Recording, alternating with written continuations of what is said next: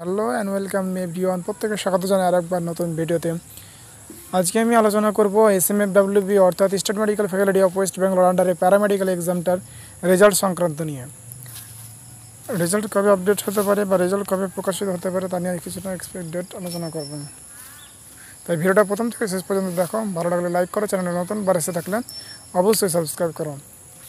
দেখো, আমি state medical ফ্যাকাল্টির helpline নাম্বারে ফোন করেছিলাম।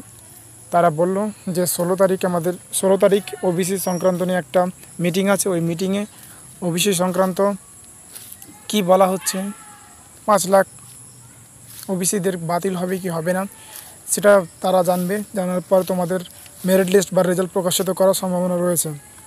তাই এই নিয়ে আমরা জানতে পারি, এক্সপেক্ট ডেট ধরতে পারি যে আগামীকাল অর্থাৎ 16 তারিখের পর মেরিট লিস্ট বা রেজাল্ট প্রকাশিত হতে পারে, হওয়ার সম্ভাবনা অনেকটাই বেশি রয়েছে।